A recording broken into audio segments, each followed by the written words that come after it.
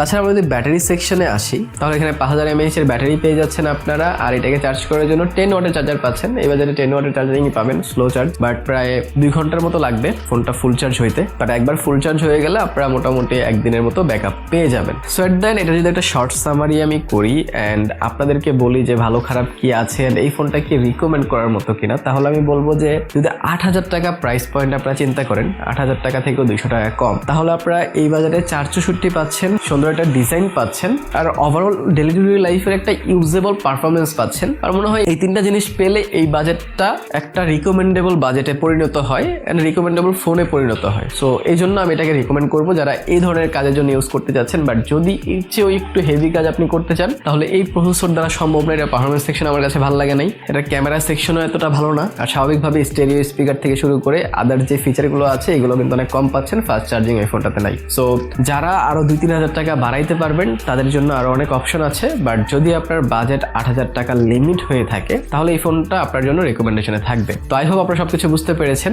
এছাড়াও কিছুদিন আগে একদম লেটেস্ট একটা ফোন আসছে অপ্পোর পক্ষ থেকে, Oppo A6X, সেটারও কিন্তু একটা ক্রেজি রিভিউ আমি করে রাখছি। তো সেইটা দেখতে চাইলে এইখানে ক্লিক করে দেখে নিতে পারেন। সো ভালো কিছু থাকেন, ভিডিওটা ভালো লাইক কমেন্ট শেয়ার সাবস্ক্রাইব করে দিন।